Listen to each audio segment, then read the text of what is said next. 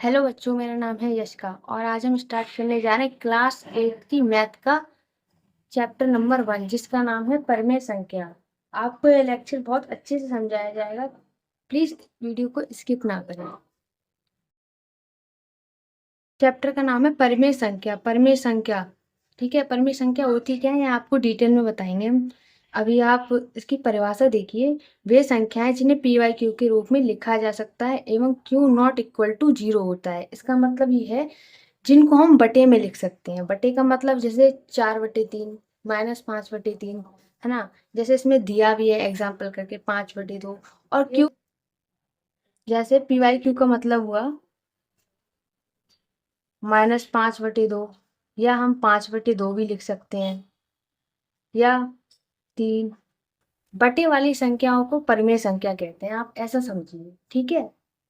इसको ही हम क्या कहते हैं, क्यू नॉट इक्वल टू 0 का मतलब हुआ कि क्यू का मान 0 नहीं होना चाहिए। अगर क्यू का मान 0 हो गया तो जो आंसर आएगा वो इन्फिनिटी में आएगा। जैसे कि जैसे ये 5/2 है, 5/2 बराबर है पी वाई क्यू के।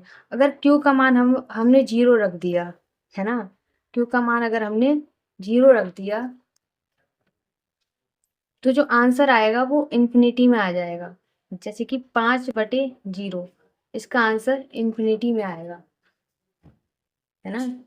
जैसे एक और आप समझिए, 3/0, इसका भी आंसर जो आएगा वो इन्फिनिटी में आएगा। इसका कोई आंसर नहीं होता, अनंत माना जाता है। दूसरा है हमारा क्रम विनिमेयता का नियम।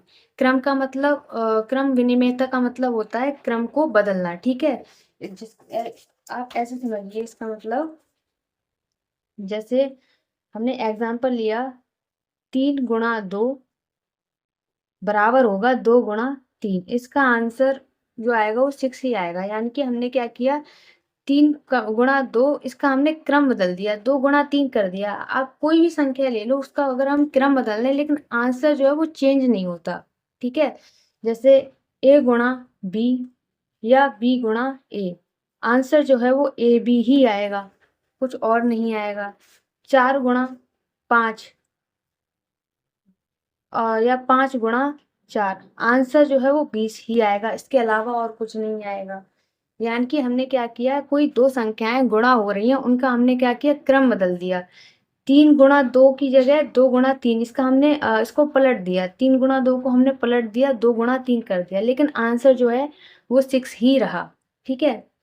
इसको ही हम बोलते हैं क्रम विनिमेयता का नियम। यानी कि कोई कोई दो संख्याओं के गुणनफल का क्रम बदलने पर उत्तर समान रहे। जैसे एग्जाम्पल ये रहा, A × B बराबर होता है B × A, या 4 × 5 का गुणा 4 × 5 करो या 5 × 4 करो, आंसर जो है वो 20 यानी कि 20 ही आएगा, ठीक है। तीसरा है हमारा गुणात्मक तत्समक नियम। गुणात्मक का मतलब गुणा, तत्समक का मतलब सेम टू सेम। एग्जाम्पल से समझिए, ये नियम हमारा ये कहता है कि अगर हम किसी का भी गुणा अगर हम 1 से कर दें, कोई भी संख्या है अगर हम उसका गुणा 1 से करते तो वही संख्या आ जाती है। जैसे एग्जाम्पल आप देखिए, जैसे अभी जो सन चल रही है वो 2026 चल रही है, उसका गुणा अगर हम 1 से कर दें तो 2026 ही आएगी, है ना। या आप माइनस में भी कोई संख्या ले सकते हैं। जैसे आपने माइनस में 5 ले लिया, उसका गुणा अगर 1 से किया तो वही आंसर जो आएगा वो वही आ जाएगा। इसका मतलब ये हुआ कि इसमें जो 1 है ना वो हीरो है, आप ऐसा समझिए, ठीक है। इसमें जो 1 है वो हीरो है। 1 का गुणा अगर हम किसी भी संख्या से कर देते हैं तो आंसर जो है वो वही लौट के आ जाता है, चाहे वो कोई सी भी संख्या हो। चाहे हम बटे में ले लें, 2/5 ले लें, उसका गुणा अगर हम 1 में कर दें, है ना, तो भी आंसर जो है वो 2/5 ही आएगा, ठीक है। चौथा है हमारा गुणात्मक प्रतिलोम नियम। गुणात्मक का मतलब गुणा वाली, प्रतिलोम का मतलब होता है उल्टा।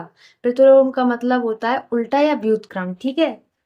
या आप एग्जाम्पल से ऐसे समझिए, जैसे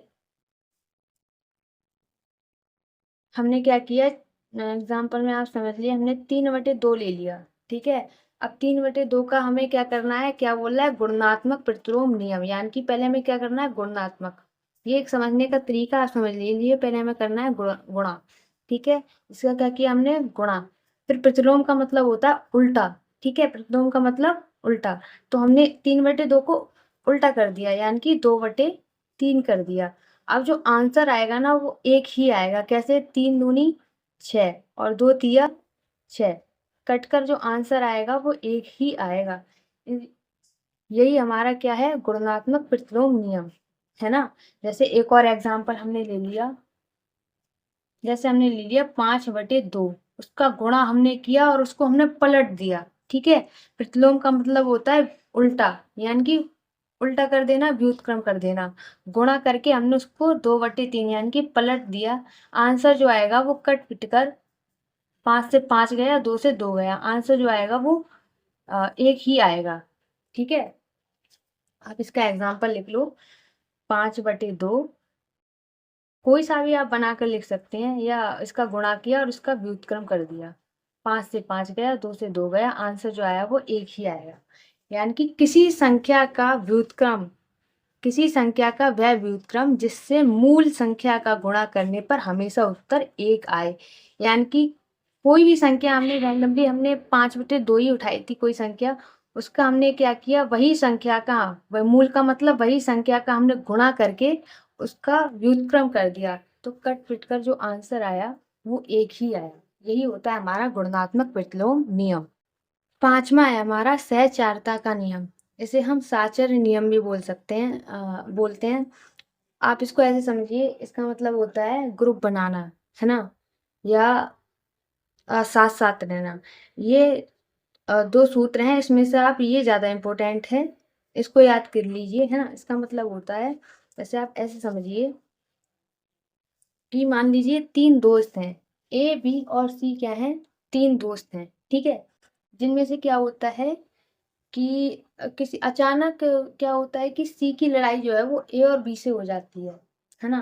तो ए और बी से सी की लड़ाई हो गई और ए बी जो है वो इकट्ठा साथ साथ रहने लगे, सी क्या हो गया, अलग हो गया।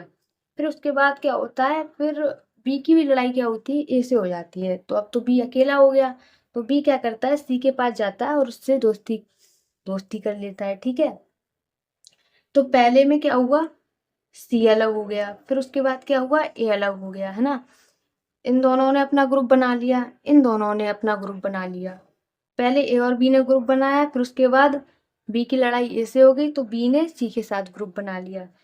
मतलब ग्रुप बनाया हो, लड़ाई भी की हो, है तो वो तीनों दोस्त ही ना।